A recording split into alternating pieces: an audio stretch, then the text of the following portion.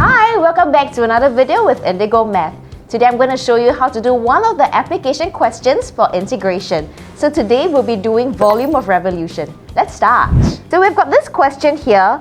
The diagram below shows the region R, which is bounded by the curve, the line, the straight line, and the y-axis. So I'm just going to trace out the area so I'm very cognizant of which part I'm trying to find. And I realized, okay, please don't forget you've got this little triangle that you need at the bottom as well. And it says they want to find the exact volume of the solid of revolution formed when R is rotated 2 pi radians about the y-axis.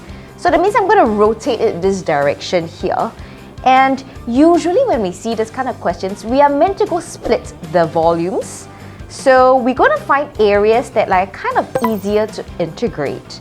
So you see here, usually what we try to do is split into like the curve and like a shape that we know. So if I see a triangle looking thing here, perhaps I can cut it this direction. And do you realize I'm going to highlight in yellow at the bottom? This bottom part here actually kind of looks a bit like a cone, right? So if I turn it this way, if I rotate it this way, do you realize this whole portion is actually a cone like that? So I've highlighted here in yellow. So right now, our job is to find the volume of the top part of the curve, which is this portion here, rotating it about the y-axis, and the volume of the cone. So if I want to find the volume, the green portion here, I will need to integrate with respect to the y-axis from 2 all the way to this number here. Now to find this number is really easy. All we need to do is just sub in x equals to 0 into our equation of the curve, right? So let's start with that.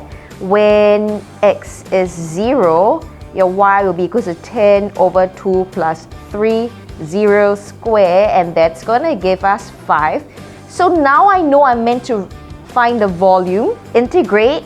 So this is just the formula to find volume. Pi from 2 all the way to 5 of 10 over 2 plus 3x square dx. Now let's check. This is a common mistake that students always make. You see, the thing is, you want to integrate with respect to the y-axis, right? So you should not be writing dx here. It should be a dy. And because it's a dy, our subjective formula here should actually be x squared. So please make sure you don't make this mistake during the exams. I'm going to show you the correct way now. So if you want to rotate with respect to the y-axis, your volume should be x squared dy. Why dy? Because it's with respect to the y-axis. Scrap this one here. Do not make this mistake during exam. I'm going to show you what's the correct way. So I've got pi from 2 to 5. Since it's x squared means I need to make x squared subjective formula. So I'm going to manipulate this equation here. Making x squared subjective formula, this is what we learned in set 1. We will get 1/3 10 over y minus 2 dy. So we've got that. And now I need to add the volume of my cone at the bottom. So you see the volume of the cone. Your radius, I'm going to do in red, is just this portion here, which is 1 unit. Now the height, the vertical height of the cone, you see, I need this value here. Now this value is actually just the y-intercept of my straight line, right? Which is -2, which then means the vertical height here is 4. So putting all that together, the volume will be 1/3 base area, which is pi times your radius of 1 square times your vertical height of 4. Okay, so now let's start with the integration. I don't usually like to do with such big numbers, so I'm going to see whether I can take common factors out. This one is just a coefficient, we can drag it out, and I will also factorize the values here in the bracket. I can take out common factor of 2.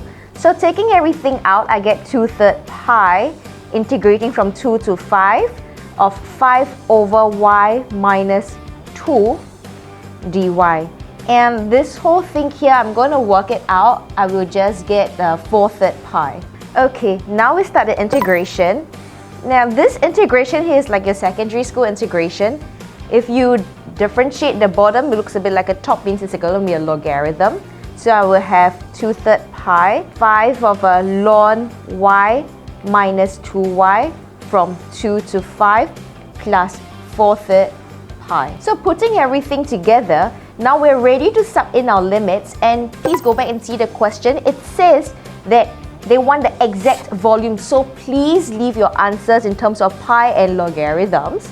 So I'm going to do that here at the bottom. Putting in our limits and simplifying, you will eventually end up with 2/3 pi 5 ln of 5 over 2 minus 1 units cubed. That's that. Okay, let's do a consolidation for this question first. So usually when we see volume of revolution questions, we are meant to go and split our shapes into maybe like a curve and like a legit volume at the bottom. So in this case here, you see the yellow portion we've got a cone. In other cases, it could be a cylinder. So that's that for this question. So if you want to find out more, come and join us in our September crash course and show you how to think about all these more challenging questions and also take you through some of these concepts and how we can apply them in the exam grade questions. See you in our next video. Bye!